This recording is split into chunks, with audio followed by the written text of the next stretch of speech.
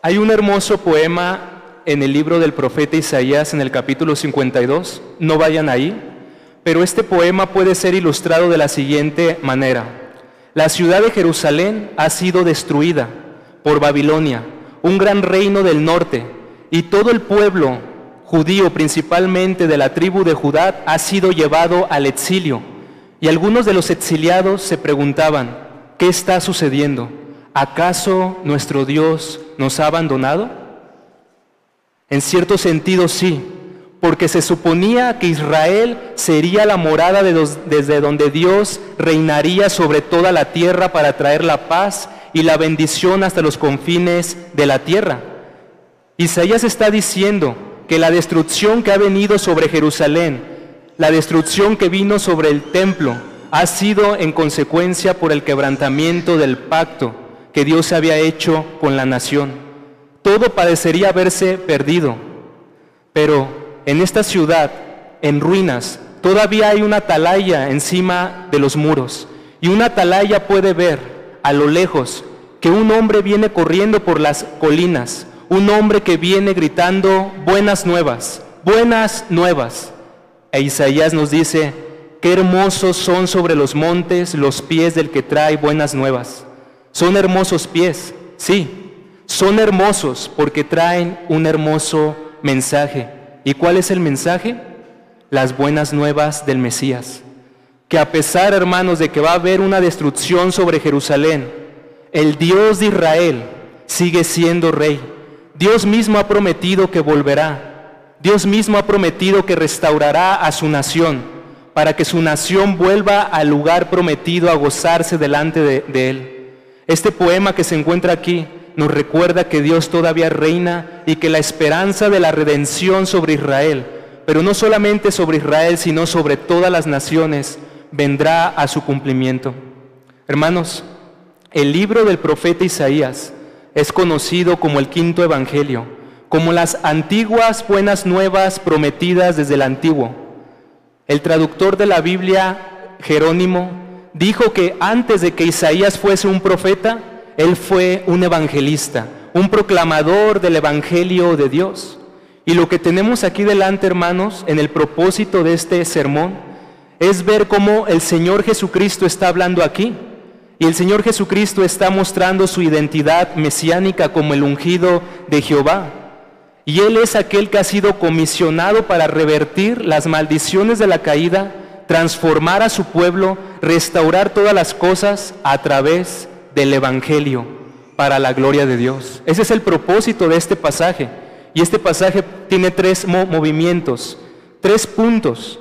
Primeramente, considerar la concesión del Espíritu al ungido, el verso 1, la parte A, y después conocer el propósito de la unción y la comisión que viene con esta, de los versos 1, la parte B, al versículo 3, y ver en consecuencia los resultados y la meta.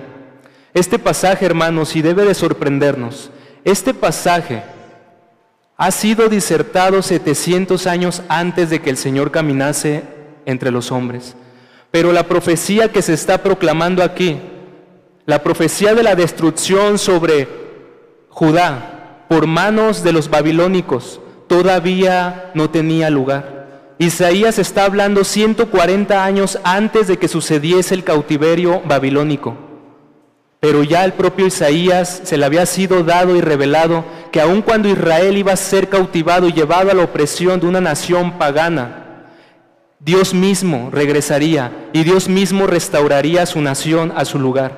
Y mis hermanos, con todo esto yo lo que quiero traer delante es que lo que vemos en el Antiguo Testamento, lo que vemos en la historia de Israel, es simplemente el espejo de nuestra historia, de la historia de la humanidad. De cómo desde el principio fuimos exiliados por causa de la caída. Fuimos llevados no a la Babilonia, sino a la gran Babilonia, al Egipto de este mundo, bajo la servidumbre del faraón de este mundo, del Nabucodonosor de este mundo que ha subyugado a todas las naciones. La historia de Israel simplemente es una historia terrenal que apunta a la gran historia de la cautividad en la cual se encuentra el mundo en el exilio de Dios. Y lo que tenemos delante, mis hermanos, en Isaías capítulo 61, Es un mensaje de esperanza, es un mensaje favorable, es un mensaje de restauración, de transformación. Lo que necesitaba Israel, nacional, terrenalmente, para volver a Dios, es lo que todos los hombres necesitan a lo largo de la historia, la redención. Por lo tanto, mis hermanos, lo que tenemos delante de nosotros no es otra cosa, sino la revelación del Santo Evangelio, como la única esperanza en donde el Mesías de Dios viene a redimir lo que se había perdido, a recuperar todo lo que se había perdido. La primera parte, mis hermanos, simplemente de manera muy general y rápida, veamos a quién se le ha concedido el Espíritu de Jehová. El pasaje nos dice: el Espíritu de Jehová el Señor está sobre mí por cuanto me ungió Jehová. La primera pregunta que debemos hacernos es: ¿quién está hablando aquí? Esta es una declaración autobiográfica. Alguien está hablando aquí de sí mismo, de su identidad, de su misión. Y sabemos, mis hermanos, a la luz del Nuevo Testamento, que este pasaje está hablando, según Lucas capítulo 4, de Jesús de Nazaret, el hijo de María e hijo de Dios. Jesús es llamado el Mesías, el Cristo, aquel elegido para ser el ungido de Dios por el Espíritu de Dios. Y lo principal aquí, hermanos, es que ¿quién lo ha ungido? Lo ha ungido Dios el Padre, Jehová el Señor, Jehová de los ejércitos, el Dios redentor del Éxodo, el Dios salvador. Y la cualidad de su unción es una cualidad en dos niveles. Una unción que primeramente testifica que Jesús, al ser hombre verdadero, Él vino a ser ungido por el Padre para desempeñar el oficio, los oficios de profeta, de sacerdote, de rey, el oficio mediador para traer la salud y la restauración a todas las cosas. Niños que están aquí, ¿cuántos oficios tiene Cristo? ¿Cuántos oficios? 3. ¿Cuáles son? Profeta, sacerdote y rey. La unción que Cristo se le ha concedido es una unción que trae estos oficios. Oficios que son dados para la salud, para el bienestar del pueblo, para que el pueblo pueda recibir la bendición del Señor. Pero esta unción, mis hermanos, puede ser posible solamente porque Jesús es verdadero Dios también. Y en este pasaje, hermanos, es sorprendente que el Nuevo Testamento nos ilumina este pasaje y nos dice que la obra del Hijo de Dios sobre la tierra es una obra que implica a las tres personas de la Trinidad. Porque se habla aquí del Espíritu de Jehová, del Espíritu Santo, de Jehová Dios el Padre, que ha concedido el Espíritu, ¿a quién? Al Mesías, al ungido. Las tres divinas personas involucradas en la redención del pueblo. Jesús de Nazaret es el Mesías.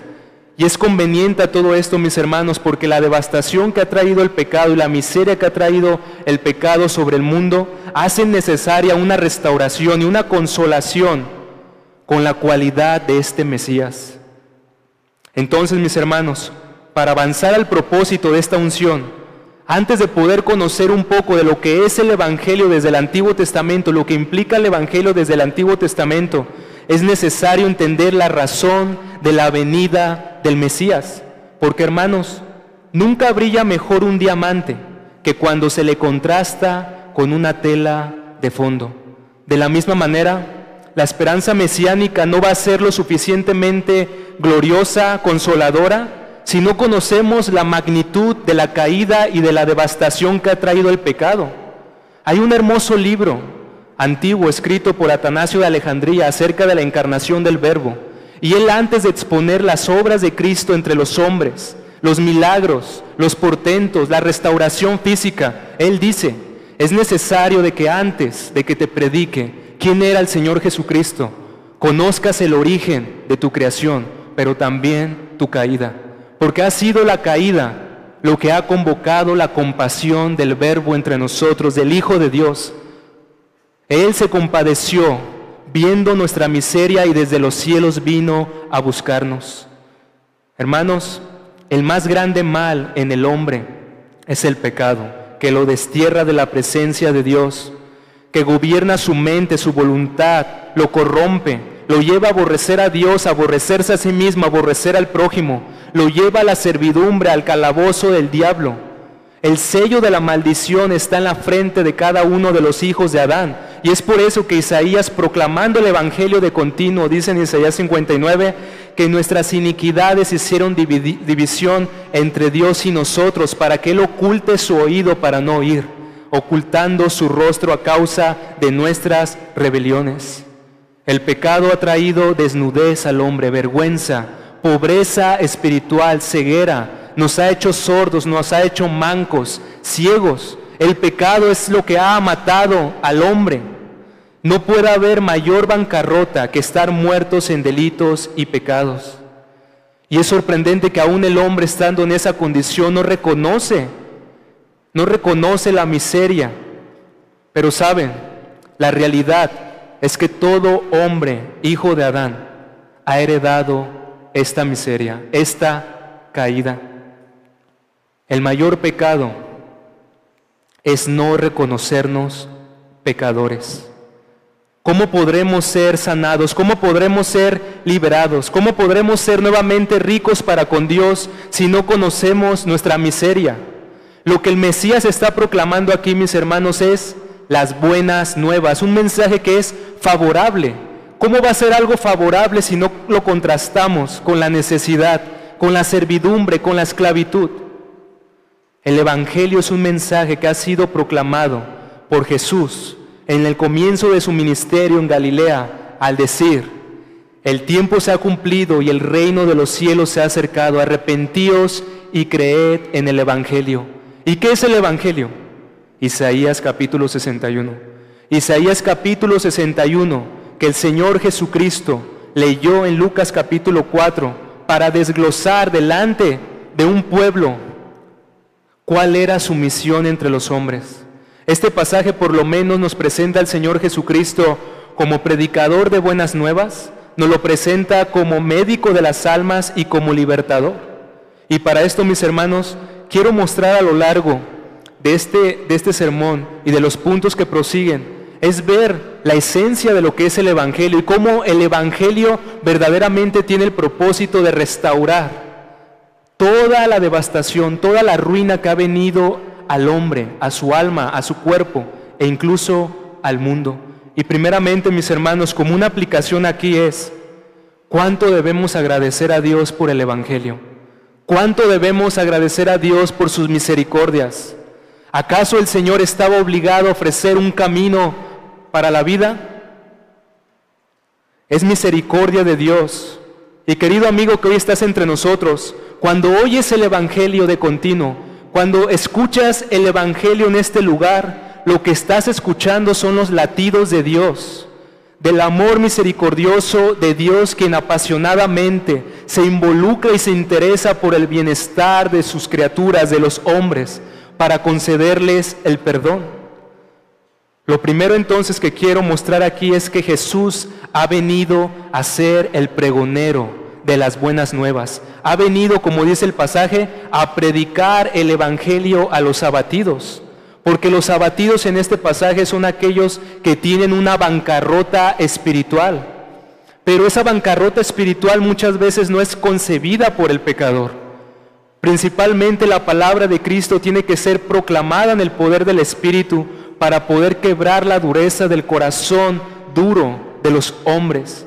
Es una gracia de Dios que el Señor nos muestre nuestros pecados, porque de otra manera no habría reconocimiento de nuestra maldad. La pobreza de la cual se nos habla aquí, los abatidos de corazón, habla de los pobres, son aquellos que carecen, pero carecen de algo en particular, de la justicia de Dios. Son pobres que no han alcanzado el estándar de obediencia delante de Dios. Son personas que se encuentran destituidos de la presencia de Dios. Son pobres que son conscientes de la condenación que pesa sobre sus cabezas. Pero lo maravilloso que encontramos aquí es que aún el Señor Jesucristo, en su gracia, viene a transformar los corazones, viene a convencer a los pecadores de pecado, de justicia y de juicio. Él viene a quebrar la dureza del corazón, a conceder un verdadero arrepentimiento, a volvernos a Dios. Él viene a buscar a los pobres en espíritu, aquellos que reconocen su bancarrota, su pobreza, aquellos que no pueden alzar sus ojos a los cielos y decir, Señor, yo soy justo delante de ti, sino por el contrario, aquellos que dicen, Dios, sé propicio a mí, pecador. Principalmente, mis hermanos, Cristo viene a restaurar la pobreza espiritual, la bancarrota espiritual de los hombres, pero también, mis hermanos, la restauración que traerá el Mesías en un día final, en el día final, en la restauración de todas las cosas, es el recordatorio que aun cuando el hombre en el principio fue coronado con todas las riquezas, se le concedió un jardín, un reino para que gobernase, poseyendo en su propiedad los animales, la naturaleza, los bienes, los recursos. El pecado lo sumió en la pobreza. Y aquí que el pecado muchas veces lo que provoca en el hombre no solamente es la pobreza espiritual, sino también puede traer la pobreza en perder a su familia, su trabajo, amigos, bienes terrenales y sociales. Y lo que promete el Mesías es principalmente una restauración de las riquezas espirituales, de la justicia delante de Dios, pero también una restauración final. Heredar la tierra. Bienaventurados los mansos, porque ellos recibirán la tierra por heredad. Por heredad. Eso es lo primero que se nos muestra en este pasaje, que Jesús viene a proclamar el Evangelio y una proclamación de misericordia y de bien. Lo segundo que el Evangelio nos viene a mostrar por obra del Mesías es que Él viene a traer la sanación, porque el pecado no solamente nos ha empobrecido delante de Dios, no solamente trae pobreza al corazón del hombre, al alma del hombre, sino que el pecado nos ha herido, nos ha quebrantado. El Señor dice que el Padre lo ha enviado a vendar el corazón de los quebrantados de espíritu, a los contrictos de corazón. Y el corazón en este pasaje habla de toda la angustia humana, desde la postración física y emocional hasta la convicción de pecado. El Mesías prometido no solamente será predicador de las buenas del bien, sino que durante todo su ministerio Él estará involucrado a obrar el bien, a traer sanación. Y esta es una bella imagen que nos muestra el Evangelio. Lo que encontramos en el Nuevo Testamento, en los 4 Evangelios, es el desglose y la obra de Cristo, en cómo el Señor fungió como el médico de las almas, el médico de los cuerpos, el médico de los enfermos. El pecado ha traído heridas al hombre, y muchas de esas heridas pueden ser externas. El dolor físico, porque el dolor físico también, mis hermanos, ha sido conocido en la raza humana a causa de la caída. Las enfermedades, las deformaciones, los problemas mentales, todo el desorden físico, moral, que ha venido a ser experimentado por el hombre, la degradación del cuerpo y, por último, la muerte, ha venido a raíz de la caída. Y querido amigo, esto es profundo en lo que el Evangelio viene a tratar, porque verdaderamente la caída y el pecado traen un mal, un aguijón que atraviesa el sentido más profundo del corazón de los hombres, el anhelo de la inmortalidad, el anhelo de la salud, el anhelo del bienestar. Pero el pecado y la caída ha traído el dolor humano, ha venido a evidenciar la caída. El pecado no solamente nos ha herido en el cuerpo, sino en el alma. Nos ha traído tristeza, nos ha traído quebranto en el corazón. Mucho del dolor físico es provocado por el dolor del alma. El pecado nos hace aborrecer a Dios, aborrecer al prójimo. El pecado es lo que ha hecho que las relaciones humanas sean difíciles y complicadas, habiendo sido creados para estar orientados al bien, hacia Dios, al bien del prójimo. El pecado ha venido a traer la disensión, las guerras, la opresión, la injusticia, la cautividad entre los hombres. El pecado es la más grande gangrena en los hombres, que ha consumido las fuerzas y nos ha debilitado de tal manera que nos deja en una enfermedad espiritual. Y qué no decir de la muerte que es el más grande aguijón.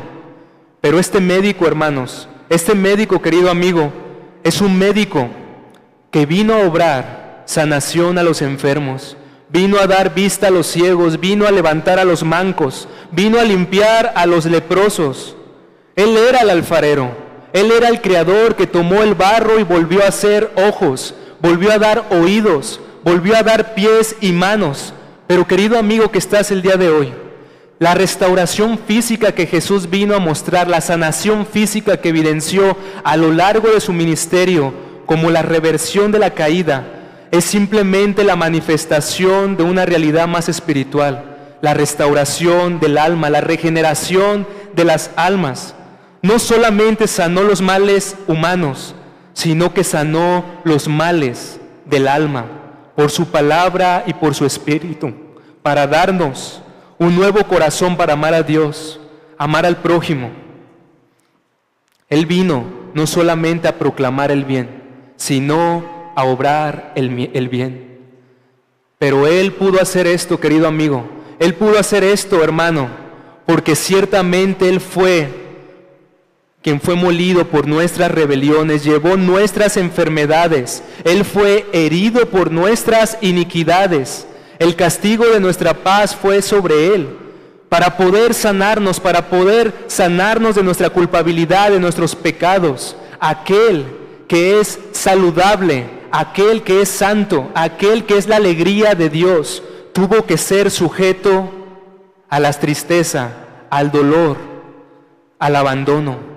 El gran médico tuvo que ser herido para que nosotros pudiésemos ser sanados. Y aquí hay una esperanza todavía más, en contemplar a Cristo como el médico de las almas, porque esto nos promete y nos anticipa desde el día de hoy, mis hermanos, el día final, cuando el Señor Jesucristo sane toda dolencia, sane todo dolor espiritual, sane toda aflicción en lo profundo del corazón de los hombres. Las presentes tribulaciones de este siglo solamente están añadiendo un peso más grande de gloria, pues se nos promete a la luz de este pasaje, mis hermanos, que en el día final el Señor Jesús enjugará toda lágrima de los ojos de los hombres. Ya no va a haber muerte, llanto, ni dolor, porque las primeras cosas pasaron.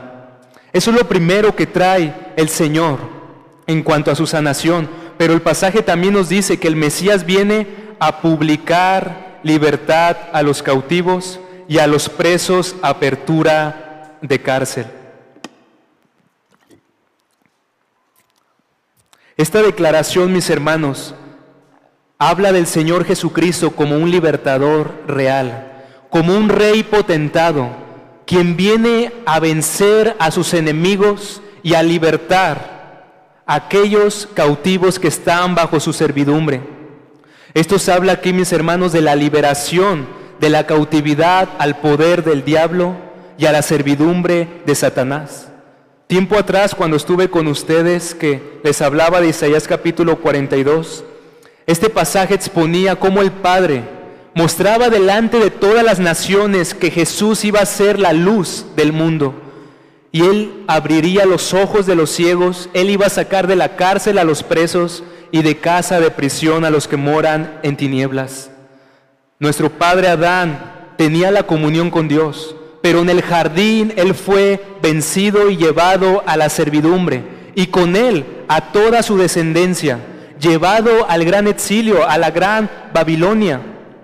El hombre ahora ya no posee esa libertad de poder servir a Dios y amar a Dios amando sus mandamientos, sino por el contrario, el hombre ha redefinido el bien y el mal. Pero cuanto ha hecho esto el hombre, se ha convertido en esclavo del pecado, pretendiendo buscar la libertad. He aquí que se encontró en una más grande esclavitud.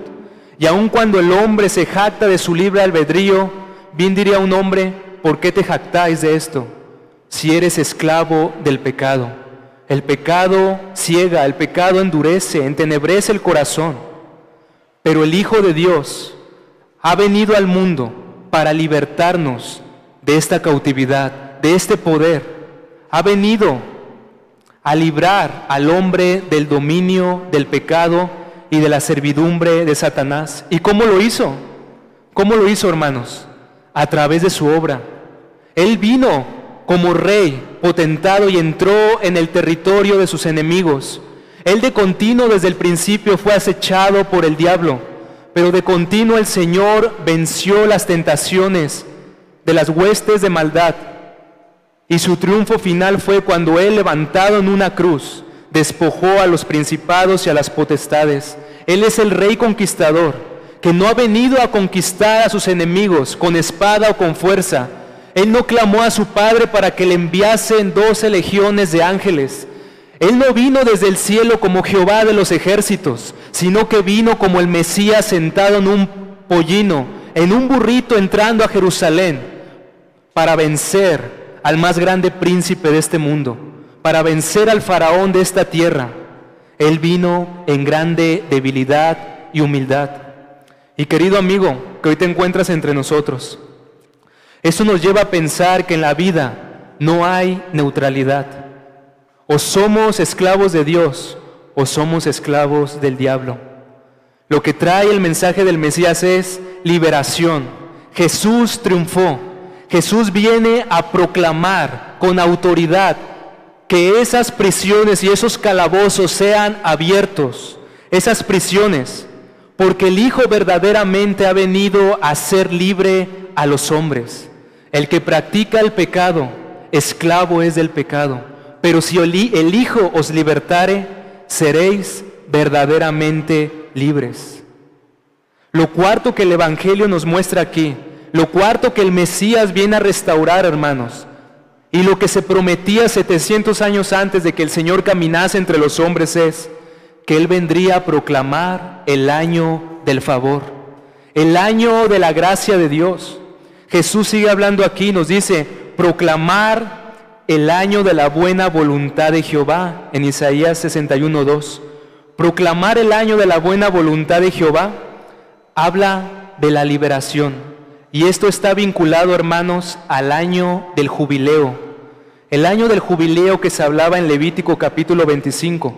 Un año particular que se celebraba cada 50 años, donde se abolían las deudas, se entregaban las propiedades a los dueños originales, se concedía libertad de los esclavos. Era un año en el que se concedía el perdón y la liberación. Y esto no puede apuntar a otra cosa sino al Evangelio de Dios, que es el más grande jubileo. Un grande jubileo que el Mesías no solamente traerá a la nación, sino a todas las naciones de la tierra. Una liberación de la cautividad, pero también una extensión de perdón, de gracia, de misericordia, de liberación final. Solamente recordemos, hermanos, qué fue lo que proclamaron las huestes angelicales cuando el Señor Jesucristo estaba en un pesebre en Belén.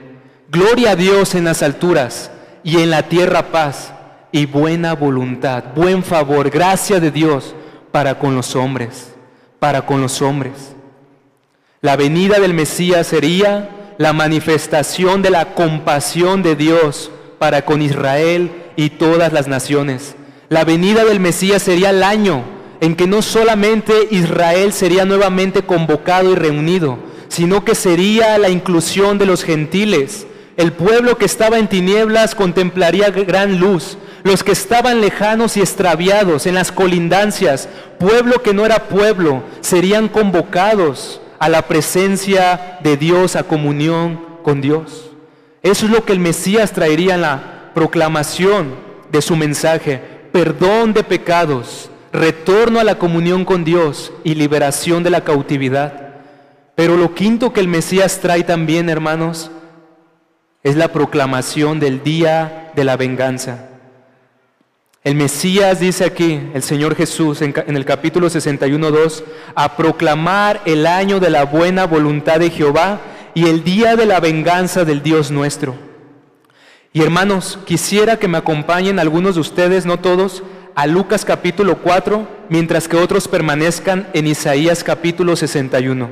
Quiero mostrarles algo que creo que es importante para poder vislumbrar lo que el profeta Isaías nos está mostrando aquí y cómo el Señor Jesucristo manifiesta el cumplimiento de esta profecía en el Nuevo Testamento. En Lucas capítulo 4, verso 16, si ya estamos ahí, dice: Vino a Nazaret, donde se había criado, y en el día de reposo entró en la sinagoga conforme a la costumbre, y se levantó a leer, y se le dio el libro del profeta Isaías, y habiendo abierto el libro, halló el lugar donde estaba escrito, que es Isaías 61, la porción de nuestro pasaje. Dice: el Espíritu del Señor está sobre mí, por cuanto me ha ungido para dar buenas nuevas a los pobres. Me ha enviado a sanar a los quebrantados de corazón, a pregonar libertad a los cautivos y vista a los ciegos, a poner en libertad a los oprimidos, a predicar el año agradable del Señor.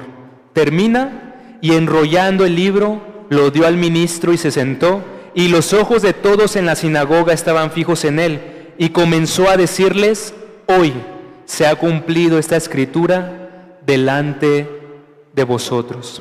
Hermanos, ¿qué encontramos de diferente o faltante en esta porción a la luz de Isaías capítulo 61? ¿Qué es lo que podemos contemplar de diferente a los primeros 3 versículos de Isaías 61? Lo que estamos viendo aquí, hermanos, es que el Señor, cuando leyó la porción, omitió leer: y el día de la venganza del Dios nuestro. Jesús no leyó tal frase, no porque no estuviese en el rollo que estaba leyendo. Intencionalmente el Señor Jesucristo no quiso leer ese pasaje. Y es aquí, mis hermanos, donde vemos en el Antiguo Testamento el misterio mesiánico del Señor Jesús. Porque en el Antiguo Testamento todas las profecías que se hablaban acerca del Señor Jesucristo eran proclamadas en un solo evento. Tal vez los profetas no eran conscientes en cómo el Mesías cumpliría las 2 facetas que son mostradas en el Nuevo Testamento, los 2 niveles de profecías. Porque nosotros sabemos, en virtud del Nuevo Testamento, hermanos, que el Señor Jesucristo ha venido en su primera venida como el siervo ungido de Jehová, como cordero manso y humilde de corazón. Pero también nos ha proclamado el Señor Jesucristo en Mateo capítulo 24 que Él vendrá en el día final como Rey conquistador. Vendrá como león rugiente, león victorioso, a vencer a sus enemigos. Lo que tenemos aquí, amigos y hermanos, es una muestra de la misericordia y la longanimidad de Dios. El que el Señor Jesucristo no proclamara esta declaración en la sinagoga era una muestra delante de sus contemporáneos, de sus patriotas judíos, en que la misión en la cual Él estaba delante de ellos al presente era evidenciar el favor de Jehová. Un año de buena voluntad, un año como un símbolo prolongado de misericordia, desde su primera venida hasta su segunda venida. Un año de buena voluntad, un año de gracia, un año de extensión de misericordia para con los pecadores, un llamado al arrepentimiento a las naciones, un llamado que fue para sus contemporáneos, pero que hoy sigue siendo proclamado. El año de la buena voluntad de Jehová hoy está presente para venir a Él. Jesús, cuando estaba en la sinagoga, en Lucas capítulo 4, dio una exposición de este pasaje. Porque era costumbre, mis hermanos, que cuando un hombre se paraba delante de una sinagoga y leía una porción del Antiguo Testamento, se sentase como rabí, como maestro, a dar una disertación delante de su audiencia. Y el Señor explicó su misión delante de los hombres, pero omitiendo esta parte. Pero, mis hermanos, no perdamos de vista la realidad que está aquí. No perdamos de vista que verdaderamente vendrá un día de venganza, un día en el cual, aunque el Señor Jesucristo vino en la humildad para proclamar a los hombres perdón de pecados y misericordia, Él no omitió en otros mensajes el día de la venganza. Él no vino principalmente con espada desenvainada, en caballo blanco, con ejércitos celestiales para dar muerte a sus enemigos. Él no entró como Josué a la Canaán para destruir a todas esas naciones paganas y perversas que se rebelaban en contra de la ley del Señor, sino que en el burrito entró para ofrecer perdón de pecados y misericordia a los hombres. Pero también el Señor proclama desde este pasaje de Isaías capítulo 61 el día de la venganza. Y fíjense, hermanos, el año del favor es un año de prolongación, de longanimidad, de grande misericordia, de grande extensión, de paciencia de parte de Dios. Pero el día de la venganza se habla como un día en un tiempo corto, un día que en un acto traerá una catástrofe sobre la tierra, un cuadro que habla del gran día final, del día de la salvación a través del juicio, del día de Jehová. Y queridos amigos y hermanos que están delante de esta palabra, esto nos habla de la segunda venida del Señor Jesucristo, cuando Él vendrá a destruir a sus enemigos y a juzgar a las naciones. Solamente escuchen lo que dice Isaías capítulo 13, hablando de este día de la venganza.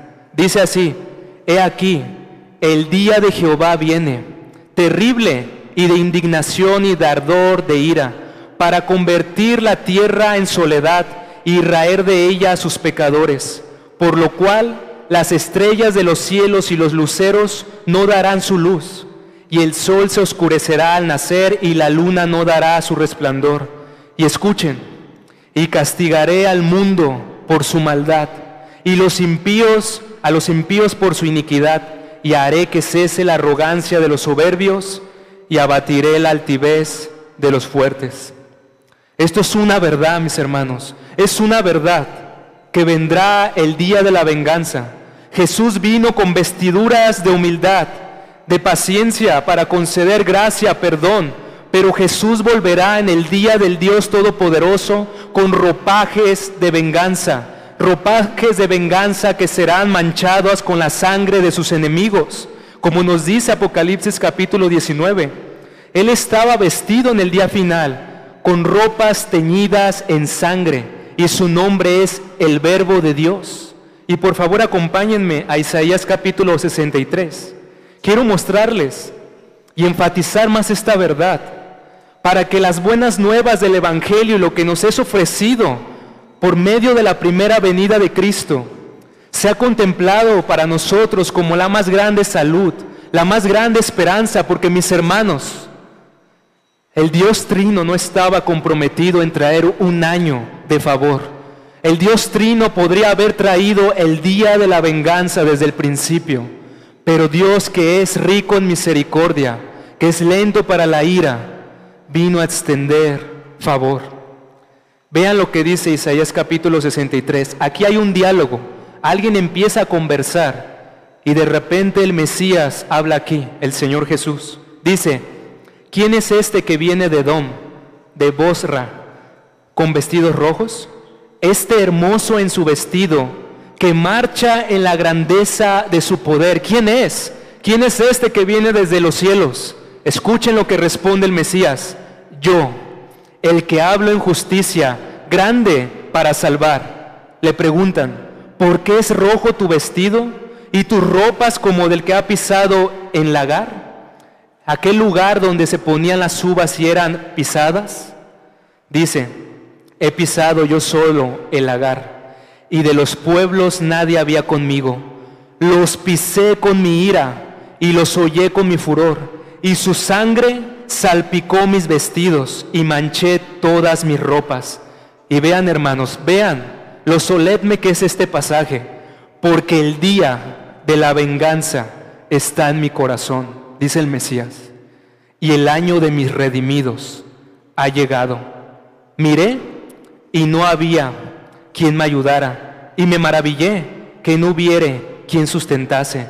Y me salvó mi brazo y me sostuvo mi ira, y con mi ira hollé los pueblos y los embriagué en mi furor, y derramé en tierra su sangre.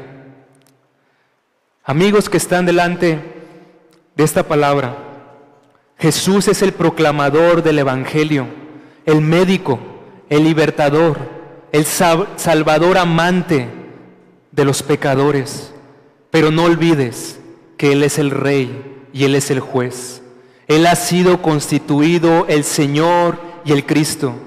Si el amor del Cordero no te conmueve a venir a Él en arrepentimiento y fe, por lo menos el terror, el miedo ante esta visión de su venida te mueva a arrepentirte, que no seas de aquellos que digan en el día final: oh montes, caed sobre nosotros, ocultarnos de la ira del Cordero, porque ¿quién podrá mantenerse delante de Él?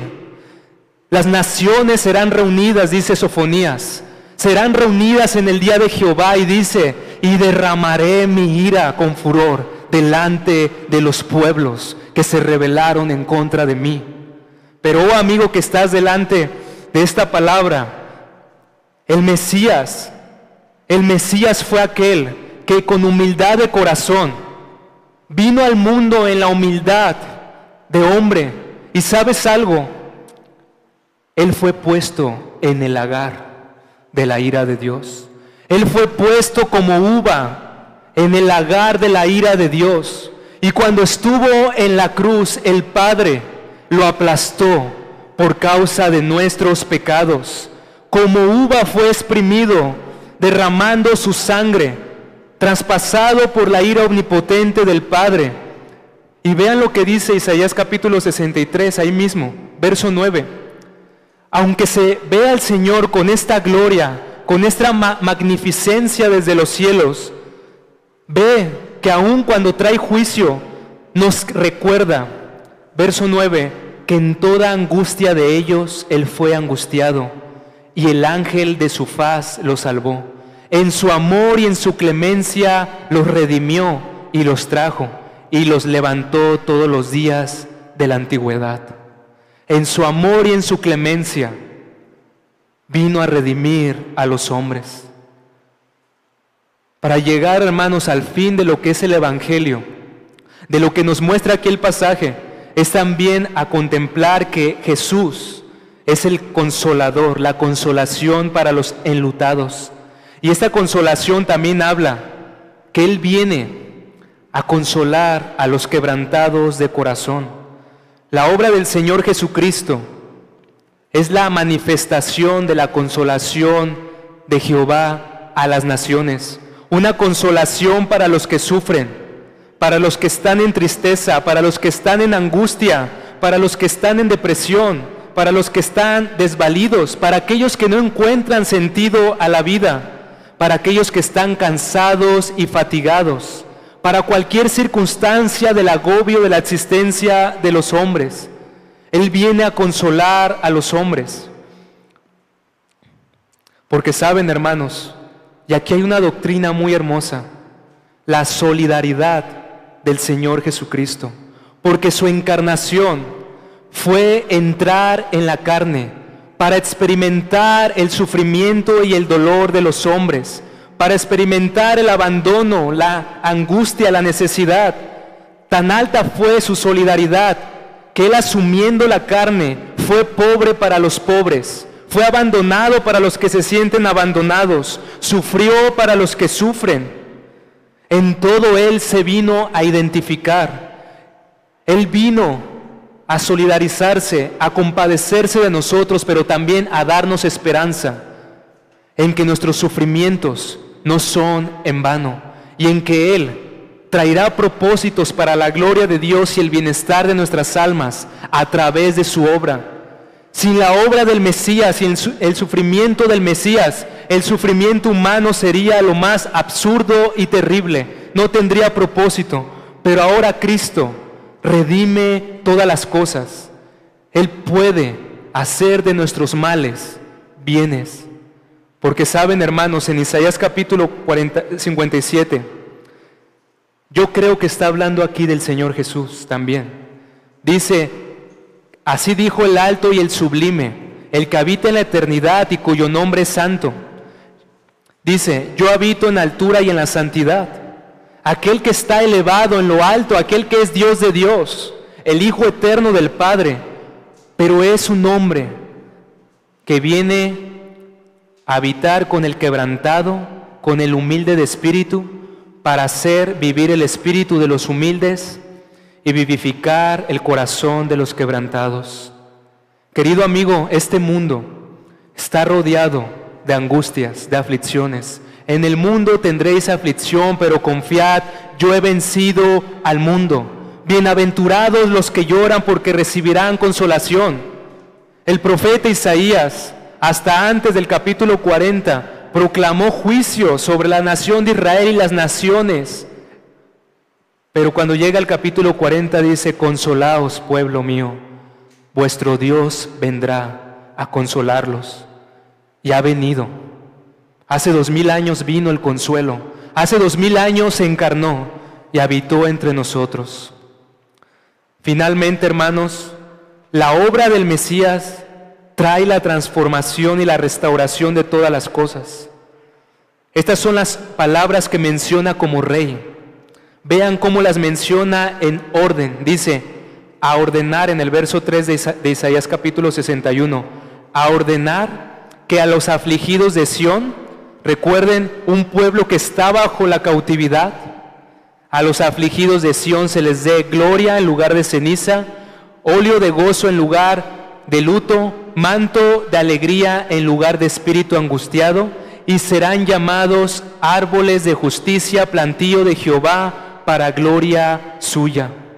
El luto, mis hermanos, habla de toda la tristeza, de todos los dolores en la naturaleza de los hombres, dolores que serán revertidos.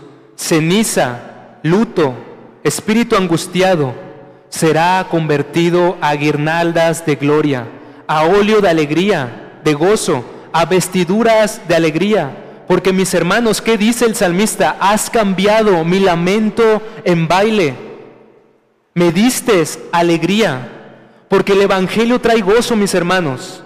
Eso es lo increíble y lo misterioso delante de este mundo, en que aún los hombres, cuando pueden estar en opresión, los hijos de Dios pueden experimentar el gozo de saberse perdonados y tener una esperanza.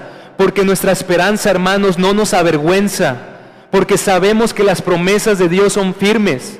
Aun cuando el faraón de este mundo quiera oprimir, quiera elevar el porcentaje de ladrillo sobre esta tierra, sobre los hijos de Dios, aun cuando venga esa opresión, esas angustias, esas tristezas, solamente están añadiendo más peso de gloria, pues el Espíritu Santo ha sido derramado como el óleo, el aceite, en los hijos de Dios, que puede darnos el gozo, un gozo, mis hermanos, que se experimenta desde este lado de la eternidad, pero que también anticipa la felicidad venidera.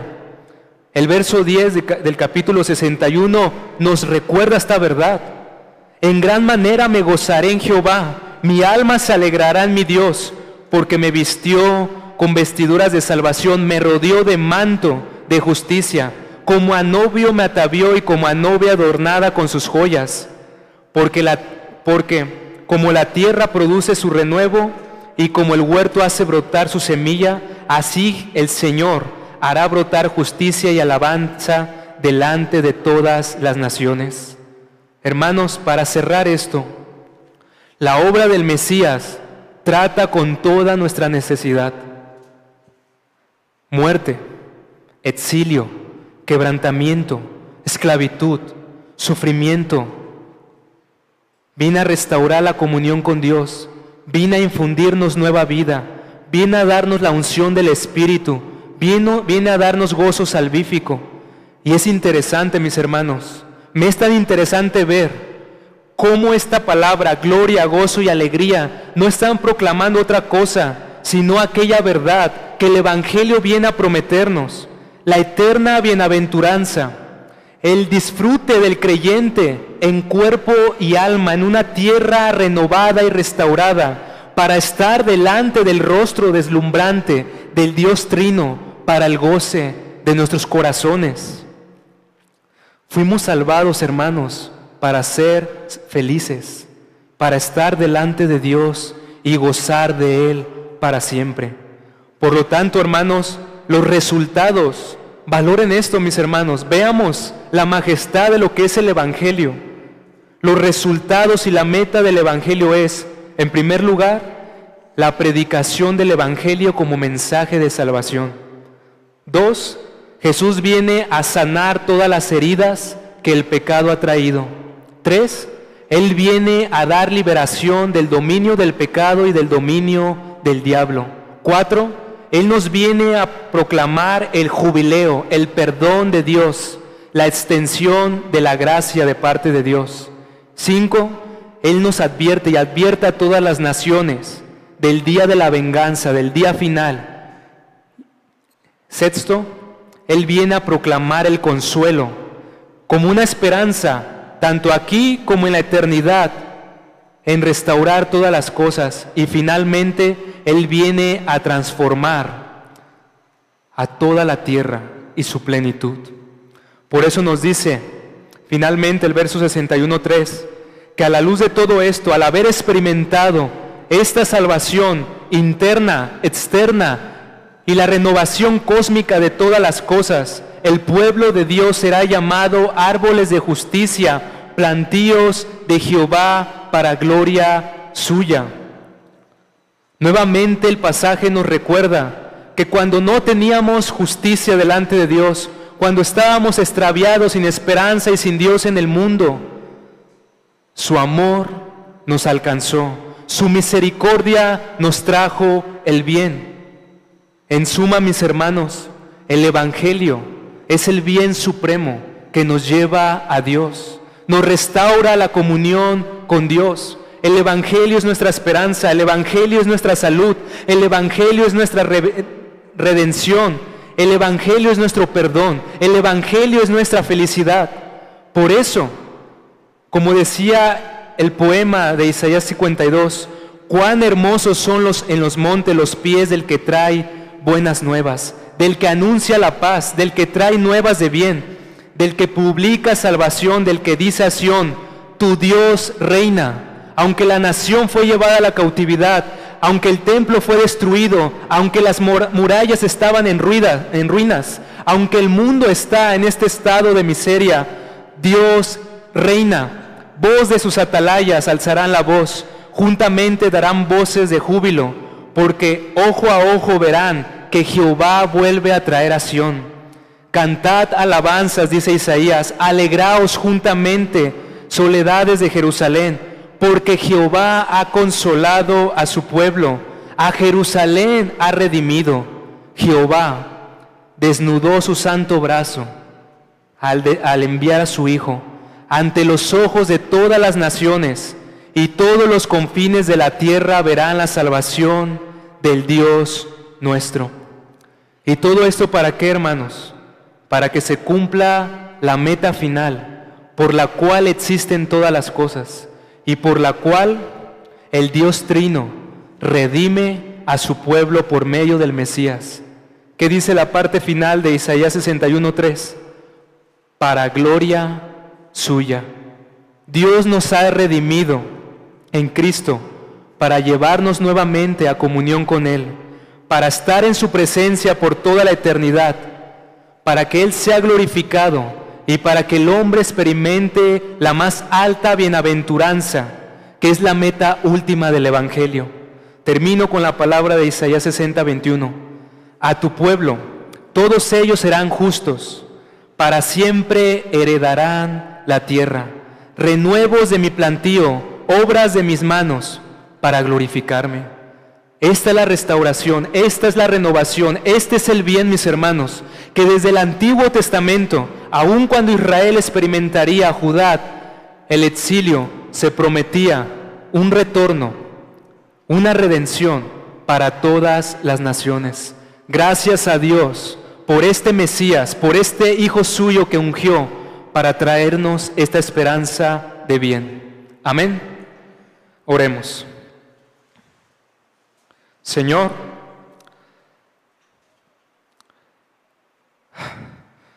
es tan alto este mensaje, Padre, en cuanto a contenido de tu palabra, Señor. No podemos dimensionar, Señor. Aún no tengo el corazón para poder, Señor, profundizar y entender lo que implica el Evangelio, Señor. Alto es, Padre, y no lo podemos sondear. Simple de entender, aún para las mentes más pequeñas, pero aún ni las más grandes mentes lo han agotado, Señor. Gracias, Señor, porque aun cuando el pecado, aun cuando el diablo, aun cuando nosotros mismos, Señor, nos hemos apartado de ti, aun cuando hemos perdido tu presencia, tu rostro, aun cuando propiamente deseamos ir a la Babilonia de este mundo, tú que eres misericordioso, has enviado a tu Hijo, Señor. Y aún, Señor, cuando el pueblo se le apercibía del juicio y fue llevado al exilio a padecer, aún, Señor, te dignaste en tu clemencia en retornarnos por medio de la angustia, del sufrimiento de tu Hijo. Oh Padre, Él fue hecho siervo tuyo para venir a consolar, para venir a libertar, para venir a proclamar, para venir a sanar. Gracias, Señor, por tu Hijo. Gracias por todo lo que has hecho en el Evangelio. Por el Evangelio estamos aquí, Señor. El Evangelio es nuestra vida, el Evangelio es nuestro todo, Padre. Que no nos avergoncemos del Evangelio y no perdamos la centralidad del Evangelio en nuestras familias, en nuestros trabajos, en los matrimonios, Padre. Que no perdamos la centralidad, Señor. Que tú has enviado a tu Hijo al mundo para redimir almas, cuerpos, para redimir a las naciones, para redimir el mundo y para llevar a toda la creación a tu glorificación y al deleite de tus criaturas.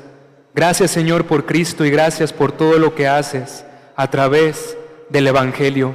Sigue, Señor, sigue obrando salvación en medio del mundo, Padre. Agradecemos todo esto por Jesucristo.